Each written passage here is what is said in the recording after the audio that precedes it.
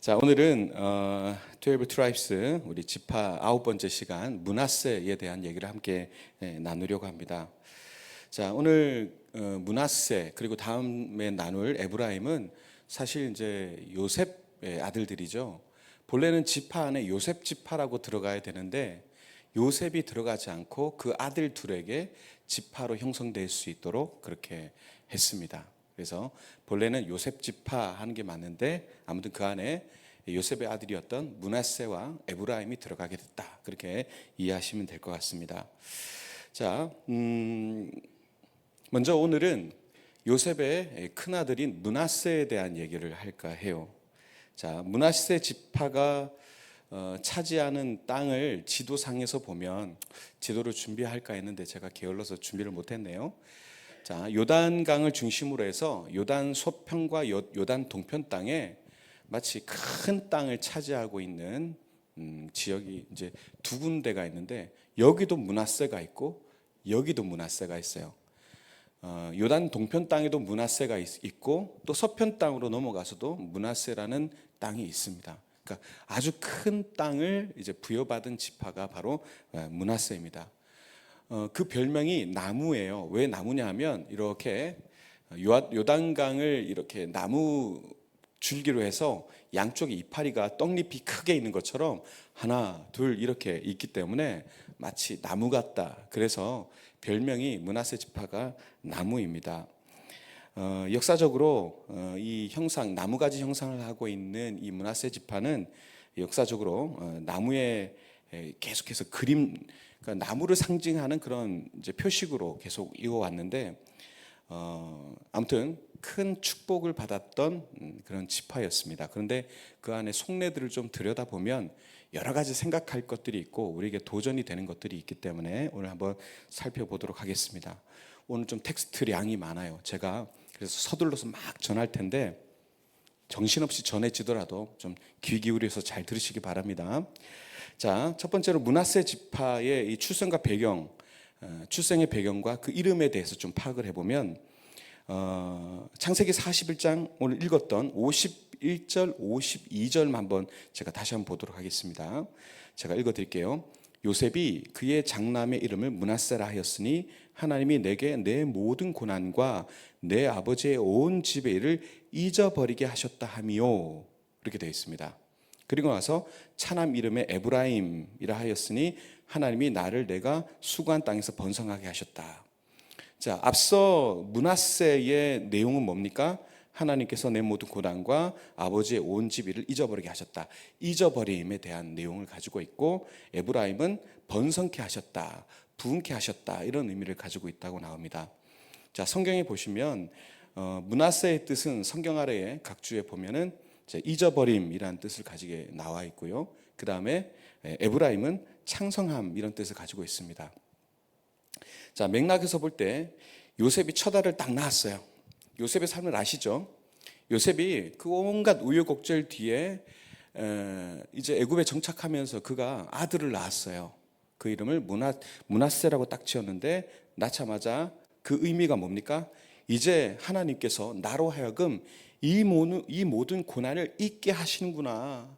지난날의 그 엄청난 고난과 힘겨웠던 억울함들을 이제 나로 하여금 잊게 하신구나. 그걸 잊을 만큼 큰 기쁨을 주시는구나. 이렇게 고백하게 되고 이어서 둘째 에브라임이 나오면서 이제 하나님이 본격적으로 나를 창성케 축복하시는구나. 이렇게 연계되어지는 거죠. 아들 이름을 이렇게 시리즈로 지은 것 같아요. 자, 그렇습니다. 여기 오늘 이 므낫세의 영성은 뭐냐 하면 바로 잊어버림의 영성이다. 그렇게 표현하고 싶습니다. 잊어버림의 영성. 하나님께서 지금 현재의 나와 함께 하시고 부어주시는 은혜로 말미암아 옛 과거에 더 이상 매이지 않고 옛 상처에 매이지 않고 오늘 현재를 힘있게 달려가는 삶을 살아가는 그 영성, 바로 잊어버림의 영성, 이렇게 말씀드리고 싶어요. 여러분, 과거에 묶여 살면 어떻게 될까요? 과거에 묶여 살게 되면 사람이 앞으로 도저히 전진할 수 없습니다. 예전에 개그 프로그램에 그 왕년회라는 캐릭터 있죠. 내가 왕년회 말이야. 그래서 이름이 왕년회예요. 그러면 앞으로 도저히 나갈 수가 없는 사람이죠. 그런 사람들을 요즘은 이제 꼰대라고 부르죠. 내가 라떼는 말이야. 이제 나는 라떼밖에 안 마셔. 그러면서 그러면 그때 앞으로 나갈 수가 없는 거죠. 그런 것들을 놔버려야 그 다음에 번성과 형통을 맛볼 수 있다. 그런 내용이 오늘 므낫세의 내용입니다. 오늘 주목할 것은 이 므낫세가 요셉에게 있어서 장자라는 거예요. 그런데 이 내용을 보셨다시피 한번 보시면 장자는 그 당시에 어떤 것입니까? 아버지의 축복을 이어받은 큰아들로서 많은 그런 유업을 물려받을 뿐만 아니라 축복도 그 동생들보다는 몇 배로 더 받는 그런 존재가 장자거든요. 그렇죠? 그런데 오늘 장자가 아니라 동생인 에브라임이 갑절의 축복을 받습니다. 이게 또 왜 이런가 싶죠. 이러면 좀 불안하거든요. 왜냐하면 일전의 역사 속에 그런 역사들이 있었기 때문에 공교롭게도 므낫세가 아닌 에브라임에게 이런 장자의 축복이 돌아가는 모습을 오늘 보게 됩니다. 자, 이 사실을 우리로 하여금 어떤 생각을 하게 하냐면 그의 조부가 되시는 조부가 누굴까요? 야곱이죠. 야곱. 자, 야곱의 아들, 요셉의 아들 므낫세와 에브라임 얘기입니다. 근데 지금 장자의 축복을 므낫세가 아니라 에브라임으로 딱 가져가는 그 순간 그의 조부였던 야곱이 생각이 나요. 왜냐하면 야곱이 어떻게 했습니까? 가슴에 털 붙이고 내가 에서입니다. 그러고 가서 그죠? 그래갖고 축복을 가로챘단 말이에요. 그래서 장자의 축복을 가로챈 그런 기억이 있단 말이죠. 근데 사실상 보면은 차이점이 있어요. 왜 그러냐면 에서는 장자의 어떤 그런 고난을 뺏길 빌미를 줬단 말이에요. 그렇죠? 팥죽 한 그릇에 팔아버렸어요. 빌미를 줘버렸어요. 그런데 므낫세는 아무런 빌미나 근거가 없어요. 그러니까 난데없이 그냥 그 순간에 엇갈려서 축복을 에브라임에게 줬습니다. 야곱이 왜 그랬을까? 자, 이런 성경의 말씀을 대할 때마다 이렇게 반문할 수가 있어요. 야, 하나님이 므낫세 대신에 에브라임께 축복을 했네. 그 장자의 축복이 에브라임에게 갔으니까 이거 므낫세에게는 저주 아니야? 이렇게 얘기할 수 있거든요. 어떻습니까? 사실 이제 뭐 이쯤 되면 아시겠지만 이건 누구든지 볼 때 불공정하다 그렇게 볼 수 있죠. 명분이 있어요. 아무 잘못도 안 했고 실제로 므낫세가 장자인데 왜 나에게 주지 않고 왜 동생에게 줬을까? 거기에 대해서 얼마든지 항의할 수 있는 명분이 있단 말이죠.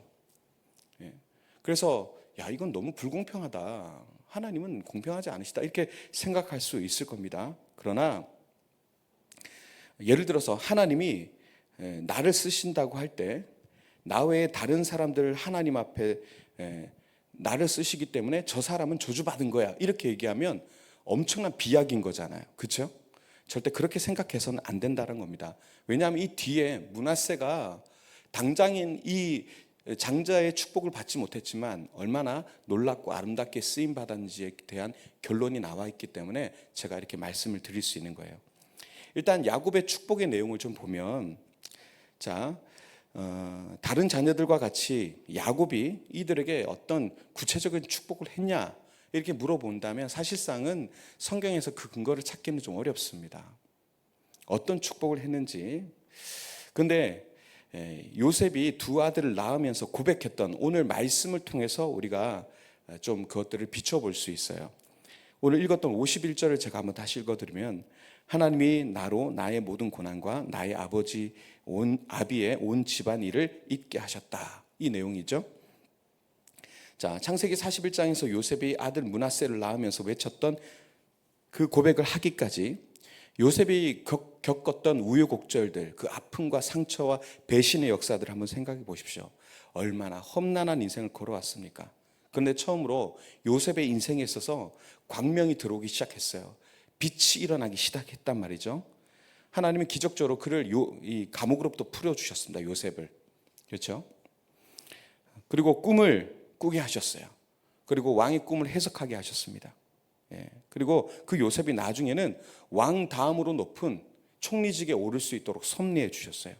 하나님께서 그렇게 앉혀주셨단 말이죠. 이게 얼마나 놀랍습니까? 그리고 그를 통해서 온 애굽의 이 백성들을, 온 땅을 다스리게 하는 막중한 책임을 맡김으로써 오히려 그 많은 고난의 생애는 어떻게 됐습니까? 완전히 반전되어서서 영광스러운 생애로 뒤바뀌게 됐어요.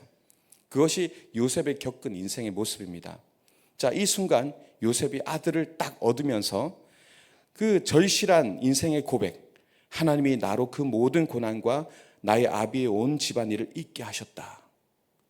인생을 역전시킬 뿐만 아니라 사랑하는 아들을 출생케 하시면서 하나님께서 나로 하여금 모든 아픔, 기억, 그리고 모든 상처들을 다 잊게 하시는구나, 그렇게 고백했단 말이죠.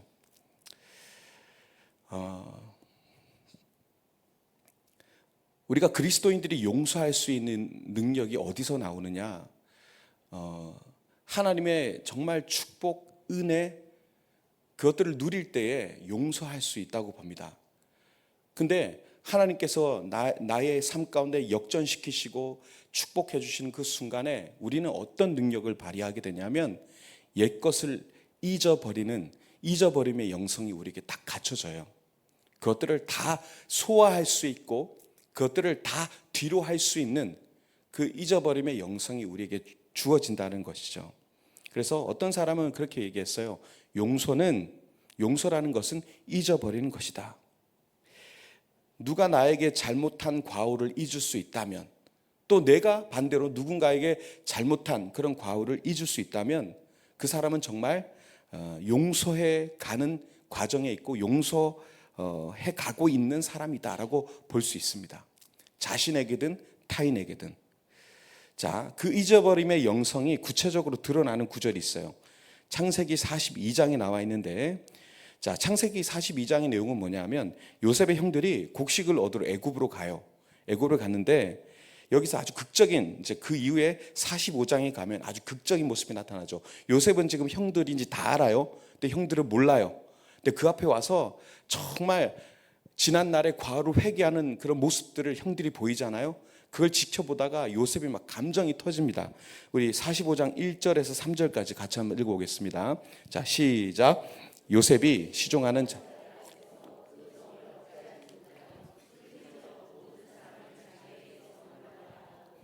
그 형제들에게 자기를 알리니 그때에 그와 함께한 다른 사람이 없었더라. 요셉이 큰 소리로 우니 애굽 사람에게 들리며 바로의 궁중에 들리더라. 요셉이 그 형제 이르되 나는 요셉이라. 내 아버지께서 아직 살아계시니까. 형들이 그 앞에서 놀라서 대답하지 못하더라. 아멘. 자, 형제 요셉이 총리가 되었다는 사실을 전혀 알지 못한 채 구걸하고 있는 그 앞에 계속해서 숨기고 있다가 그 모습을 바라보던 요셉이 더 이상 참지 못하고 그 격정을 막 터뜨리고 형제들에게 내가 바로 당신들의 동생 요셉입니다, 이렇게 고백하는 장면이 나옵니다. 자, 이 순간 형들의 마음은 교차되겠죠. 반가운데 이게 그냥 반가운 건가? 두렵네. 지은 죄가 떠올라. 얘를 우리가 팔았지, 죽이려고 했지, 어쩌지? 뭐 이런 복잡한 생각들이 동시에 팍팍 하고 튀어올랐을 거란 말이에요. 근데 그 얼굴에 그게 표시가 됐을까 안 됐을까요? 동생이네. 근데 저 연기 잘하죠?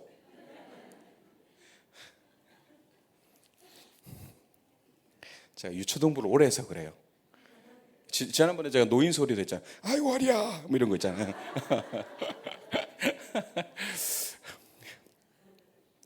요셉이 그걸 딱 봤어요. 형들의 반응을 읽히니까. 그때 요셉이 뭐라고 합니까? 창세기 45장 4절 5절 같이 읽겠습니다. 시작. 요셉이 형들에게 이르되 내게로 가까이 오소서. 그들이 가까이 가니 이르되 나는 당신들의 아우 요셉이니 당신들의 애굽의 판자라. 당신들이 나를 이곳에 팔았다고 해서 근심하지 마소서. 한탄하지 마소서. 하나님이 생명을 구원하시려고 나를 당신들보다 먼저 보내셨나이다. 아멘. 여러분, 이게 놀랍지 않습니까? 이 설교를 통해서 여러분 들으셨을 거예요. 하나님께서 형들과 우리 집안의 생명을 구원하시고 또 이 모든 것을 통해서 하나님의 뜻을 이루시려고 저를 먼저 여기에 보내셨습니다. 그랬더니 당신이 나를 팔았던 거 염려하지 마십시오, 이렇게 얘기하고 있는 거예요. 여러분, 삶을 대하는 태도가 완전히 다르지 않습니까? 보통 보편적인 인간이라면 니들이 날 팔았지, 내가 꾹꾹 참아뒀어, 이 날이 올 줄 알았어, 원수는 내 외나무 다리에서 만나는 거야, 여기가 외나무 다리야, 가만두지 않겠어, 그렇게 할 수 있는 거잖아요. 그런데 어떻게 얘기합니까? 이 모든 것이 저와 당신을 살리기 위한 하나님의 섭리였습니다. 저 뒤에 우리 꼬맹이 친구가 있어갖고 일부러 제가 자꾸 이렇게 하게 되네요. 삶 전체에 당하는 모든 상황들을 뭘로 보느냐? 하나님의 섭리의 관점에서 보고 있다는 겁니다.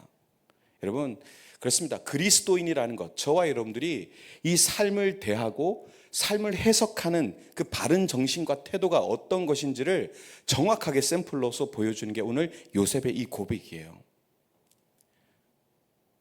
이런 삶에 대한 태도와 이 영적인 어떤 그런 마인드, 이런 것들이 결국 신약에 가서 한 번 더 이런 말씀으로 표현되죠.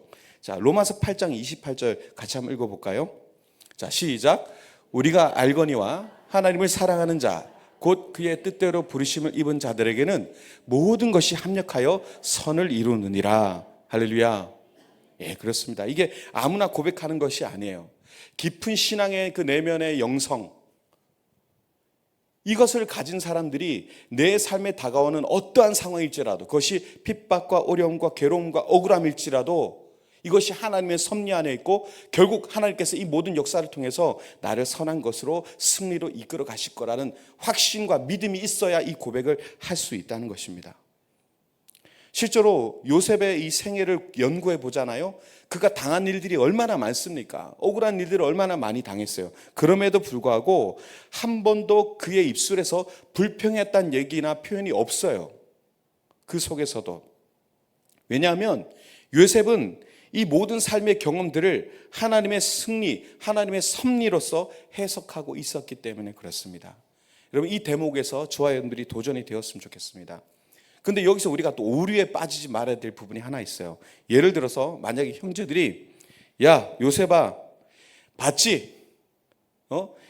너에게 선을 이루게끔 하시기 위해서 우리가 널 팔았어. 이게 말이에요, 방구예요? 방구입니다. 말도 안 되는 거예요. 예? 가룟 유다가 예수를 팔아서 십자가에 못 박혀 죽으셨어요. 근데 예수께서 십자가에 못 박혀서 죽으셔서 우리를 구원하신 모든 공로는 바로 예수를 판 가룟 유다야. 이게 말이에요, 방구예요? 이 역시 방구입니다. 말이 안 되는 거예요. 악은 악이에요. 악은 악이에요. 그러나 하나님께서 하나님의 섭리의 힘이 워낙 강하기 때문에 우리가 때론 잘못된 선택을 함에도 불구하고 악한 역사가 있음에도 불구하고 그 역사가 이렇게 그냥 치닫아서 그냥 멸망으로 갈 것 같지만 하나님은 역사의 주인이시죠. 그 잘못 흘러가는 역사의 그 끄트머리를 잡고 휘어서 그 역사를 꺾어서 섭리 가운데 하나님의 선을 이루어 가시는 분이 하나님이시라는 겁니다. 사단의 뜻대로 역사가 흘러가지 않아요. 우리의 삶의 역사, 우리의 삶의 모든 것들을 하나님께 맡겨드리면요, 하나님께서 그 큰 손을 들어서 우리의 역사의 모든 방향을 꺾어서 하나님께로 향하게 합니다. 믿으시죠? 예. 요셉의 경우도 마찬가지예요. 오늘 요셉의 표현 안에서 그 정서를 느낄 수 있지만 사실상 그런데 오늘 이제 표현 안에서 하나 더 우리가 볼 수 있는 거는 그가 이 모든 것들을 소화하기까지 꽤나 오랜 시간이 걸렸구나라는 것을 느낄 수 있어요. 그때까지는 꾹꾹 참고 막 그렇게 견뎌 왔는데 하나님께서 그를 세우시고 또 아들을 딱 주셨을 때 그때서야 꾹 눌렀던 그 마음을 탁 터뜨리면서 이제야 하나님께서 이 모든 것들을 잊게 하시는구나. 사실은 그 감정을 폭발시킨 그 장면이기도 하잖아요. 하나님께서 어느 날 그에게 그렇게 아름다운 아들을 허락해 주셨습니다. 하나님께서 이제야 나로 하여금 고난과 지금까지의 모든 힘들었던 것들을, 당한 모든 일들을 잊게 하시는구나.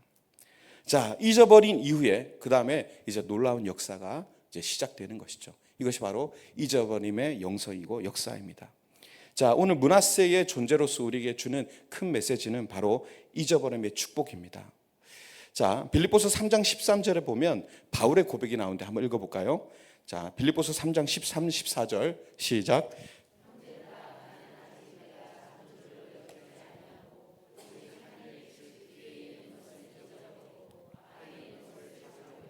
표대를 향하여 그리스도 예수 안에서 하나님이 위에서 부르신 부름의 상을 위하여 쫓아가노라. 자, 달려가노라. 자, 경주장에서 막 달리기 하고 있는 사람이 자꾸 뒤를 돌아보면 어떻게 될까요? 이 사람이 목적지에 제대로 갈 수 있겠습니까? 그럴 수 없는 거잖아요. 예, 바울은 이렇게 얘기하죠. 예. 뒤에 있는 것, 내 앞에 있는 것을 잡으려고 내가 뒤에 있는 것을 잊어버리겠다, 이 말입니다. 바울의 과거가 어땠어요? 과거를 들추자면 바울만한 악독한 사람이 없어요. 그가 다메섹에서 예수를 만나기 이전의 삶을 돌아보면 그는 율법주의자 중에 율법주의자예요. 예수를 핍박하는 자들 중에 1인자였어요. 원정을 다니면서 예수 믿는 사람들을 핍박하고 죽인 사람, 살인자였어요. 그가 나중에 사도가 되어서 갈 때마다 뭐라고 얘기합니까? 나 예수 그리스도의 사도된 나 바울은, 사도된 나 바울은, 이걸 계속 얘기해요. 왜냐하면 안 믿어져요. 누구도 안 믿어져요. 저 살인자, 예수 믿는 자들을 핍박했던 그 핍박자, 그의 과거가 그를 계속 얽매고 있었어요. 제가 만약에 바울 같았으면 사역을 하다가 중도에 지치거나 포기했을 것 같아요. 지난 날의 과오 때문에 내가 앞에서 나서서 뭔가 복음을 전하는 게 나 같은 인간이 무슨 나대고 난리야, 이런 생각이 들었을 것 같아요. 포기했을 것 같아요. 그러나 바울은요, 끝까지 달려갔습니다. 오늘 말씀대로 나의 앞에 있는 것을 잡으려고 나는 뒤의 것을 잊어버리기로 했어. 결단하고 끝까지 복음을 가지고 땅 끝까지 나아갔어요. 그리고 온전히 삶을 주님 앞에 드렸습니다. 만약에 그가 나는 살인자야라는 그 생각에 계속 잡혀 있었다면 그가 앞을 향해서 절대 나갈 수 없었던 것이죠. 우리도 마찬가지입니다. 우리의 신앙이 성장할 때 여러분, 가끔 우리가 지난날 과오를 했던 잘못들이 분명히 있어요. 누구에게도 얘기하지 못한, 할 수 없는 부끄러운 과거와 잘못들이 우리에게 있을 거란 말이에요. 가끔 생각날 때마다 이불을 뻥뻥 찰 정도로 부끄러운 그런 일들이 있을 수 있습니다. 그런데 그것이 우리의 발목을 잡고 계속 그거에 우리가 매여 있다면 우리가 어찌 신앙 안에서 성숙해 나갈 수 있겠습니까? 계속해서 나는 죄인이야, 난 알 수 없어. 도무지 신앙이 성장하지 못하는 발목 잡힌 모습으로 살아가지 않겠습니까? 여러분, 주님께서 우리를 어떻게 용서하셨습니까? 용서하시되 끝까지 과거, 현재, 미래의 모든 죄를 도말하셨어요. 십자가에서 다 도말하셨어요. 우리를 용서하셨단 말이죠. 성경에는요, 내가 너희들의 죄를 기억하지 않겠다. 법궤의 영성이 뭡니까? 법궤 안에 뭐가 들었어요? 예? 뭐 돌판이 있죠, 만나 항아리 있죠, 뭐 또 지팡이 있죠. 그 모든 것들이 뭘 의미한다고요? 인간의 불순종, 말씀 받으러 간 그 새에 우상 섬기고, 하나님이 세우신 리더들에게 대들고 대적하고, 만나를 주셨는데 하찮은 것으로 여기고, 다 불순종이에요. 근데 하나님께서 그걸 다 덮으시고 그걸 들추지 못하도록 하셨어요. 내가 너희의 죄를 더 이상 들추지 않겠다. 너희의 과거를 묻지 않겠다. 보라, 새 것이 되었도다. 이게 하나님이 우리를 향한 선포거든요. 근데 우리는 맨날 집에 가서 우리의 법궤를 들춰요. 아이고, 옛날에 내가 그랬네. 내가 맨날 뚜껑 열어봐. 뚜껑 그만 열고, 자꾸 뚜껑 열면 주님 뚜껑 열려. 그러면 안 돼. 하나님 화나시. 왜 자꾸 그걸 들춥니까? 다 덮어버리고 잊어버리고 앞으로 나아가야 돼요. 자, 그래야 나의 죄든 타인의 죄든 용서할 수 있다는 거예요. 자, 므낫세의 위대한 오늘 교훈은 요셉이 모든 과거를 청산하고 앞을 향해서 힘있게, 힘차게 떠나가는 이미지를 우리에게 보여주고 있다는 겁니다. 자, 이것은 그리스도인이 배워야 할 중요한 삶의 원리 한 가지를 우리에게 지적하게 해주고 있는 것인데, 우리 창세기 말씀을 다시 한번 읽어보겠습니다. 창세기 48장 10절로 16절까지 조금 길지만 우리 한 절씩 교독하도록 하겠습니다. 제가 다른 번역 성경을 가져와서 앞을 봐야 되겠네요. 창세기 48장 10절로 16절까지. 자, 제가 먼저 읽겠습니다. 이스라엘의 눈이 나이로 말미암아, 여기서 이스라엘은 누굴까요? 야곱입니다. 이스라엘 눈이 나이로 말미암아 어두워서 보지 못하더라. 요셉이 두 아들을 이끌어 아버지 앞으로 나아가니 이스라엘이 그들에게 입맞추고 그들을 안고,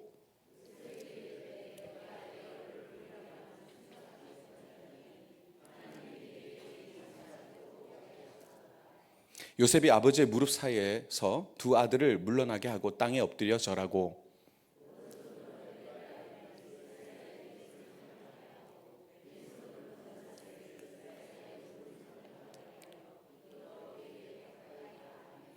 이스라엘이 오른손을 펴서 차남 에브라임의 머리에 얹고 왼손을 펴서 므낫세의 머리에 얹으니 므낫세는 장자라도 팔을 엇바꾸어 얹었더라.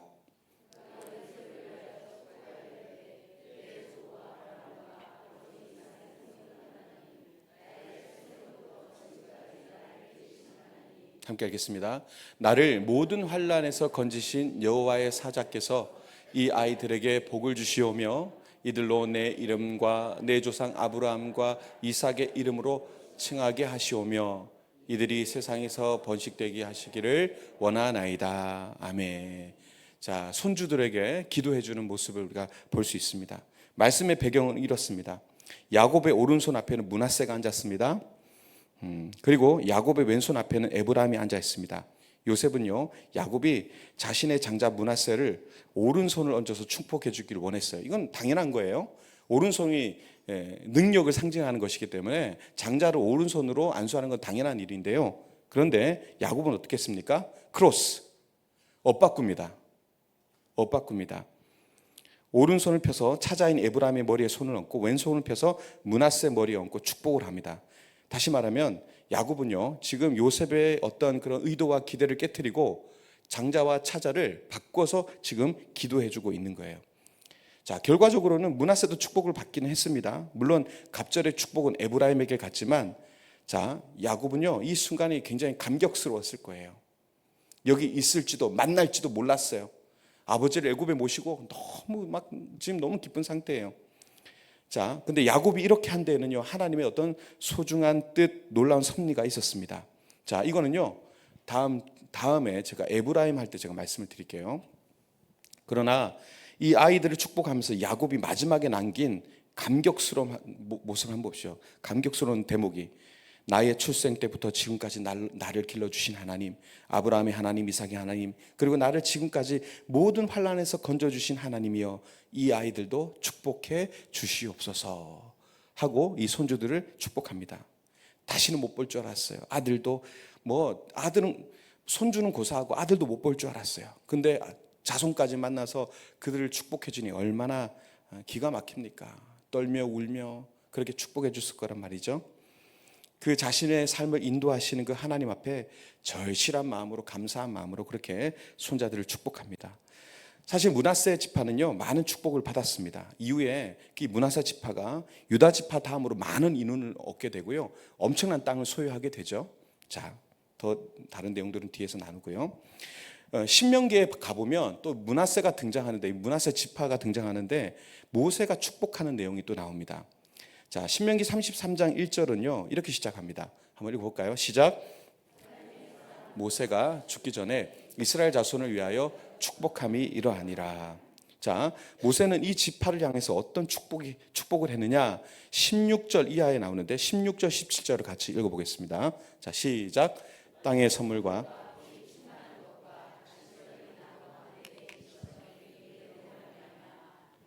요셉의 머리에 그의 형제 중 구별한 자의 정수리에 임할지로다. 그는 첫 수송아지 같이 위엄이 있으니 그 뿔이 들소의 뿔 같도다.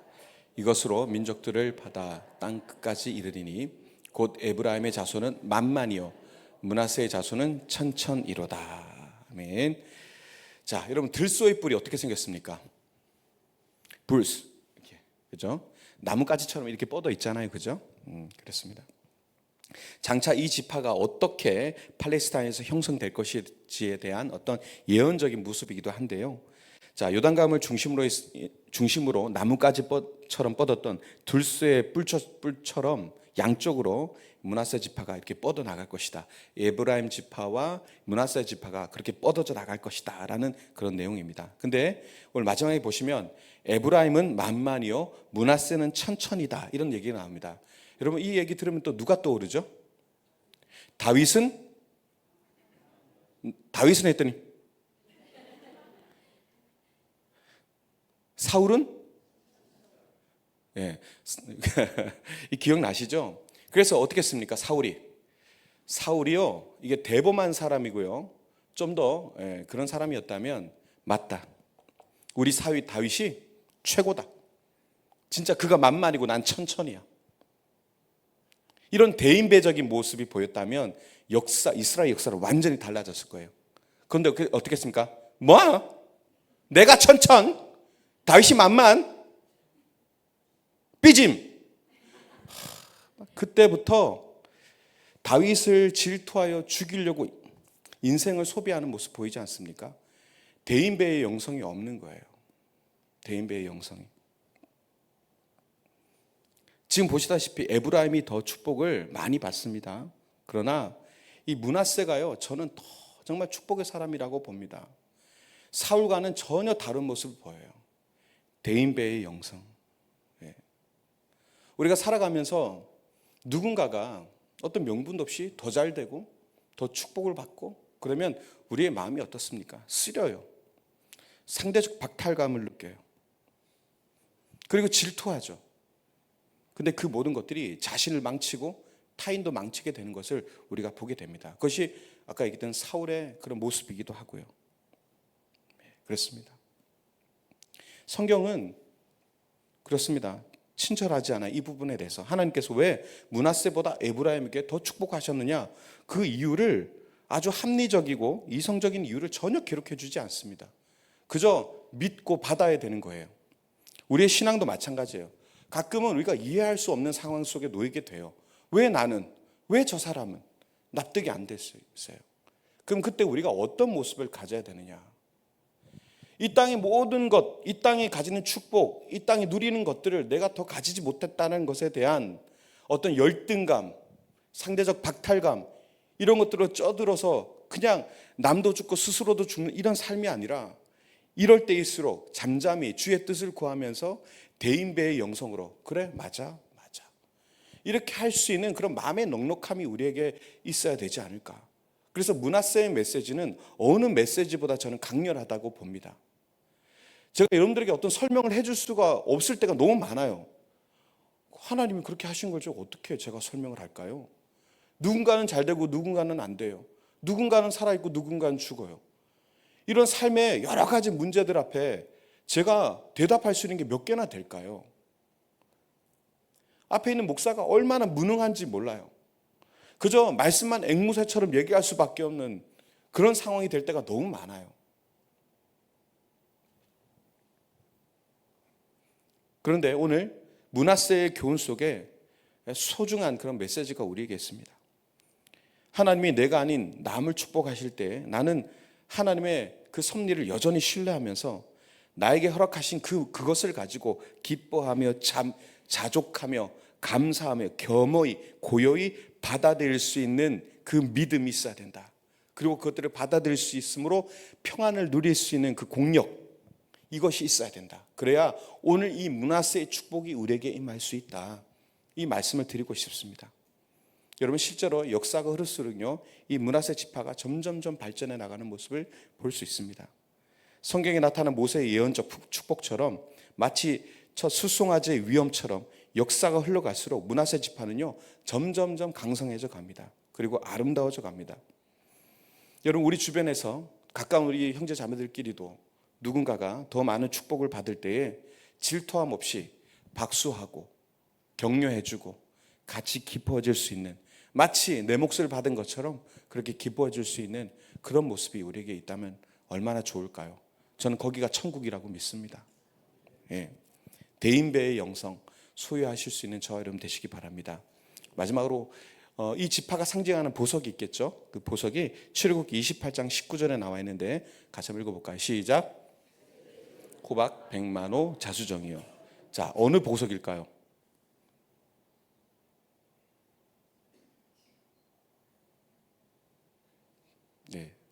백만호입니다. 맞췄어. 예, 백만호입니다.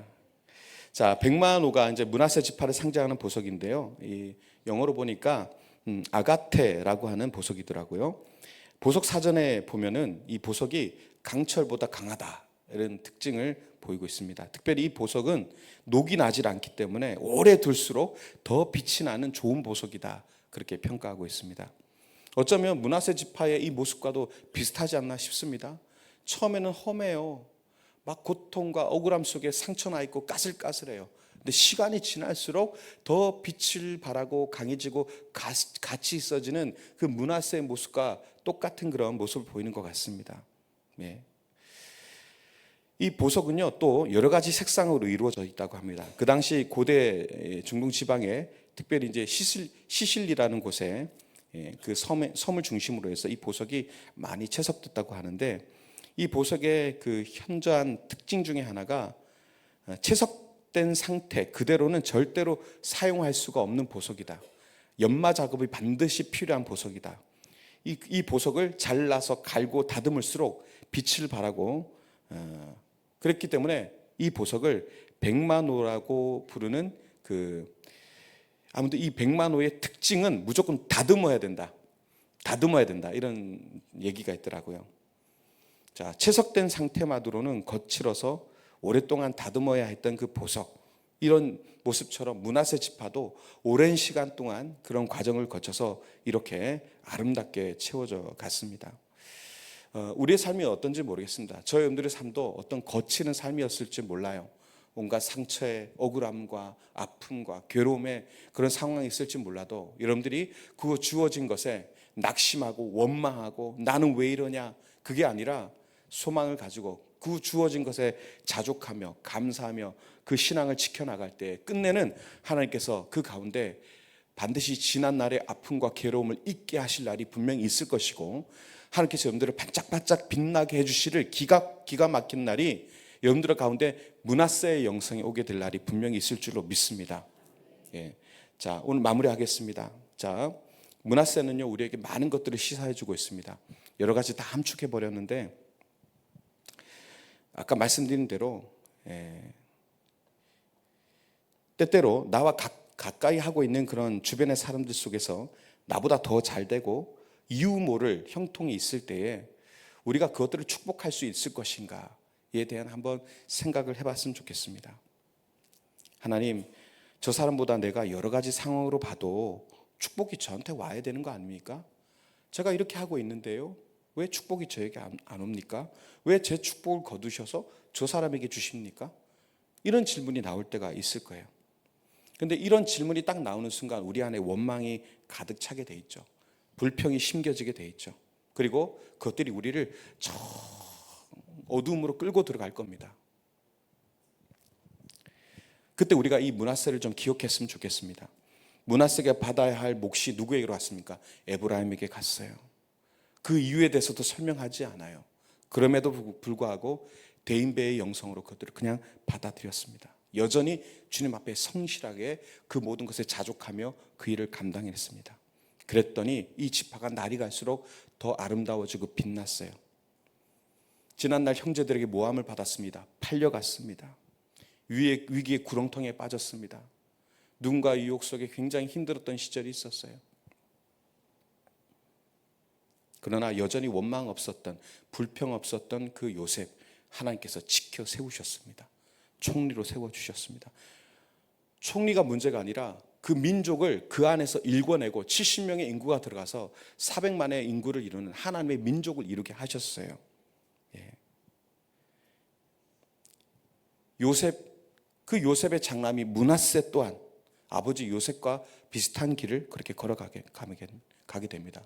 때때로 우리가 까닭없이 억울한 일을 당하기도 하죠. 원인 모를 어떤 그런 어려움에 처하기도 합니다.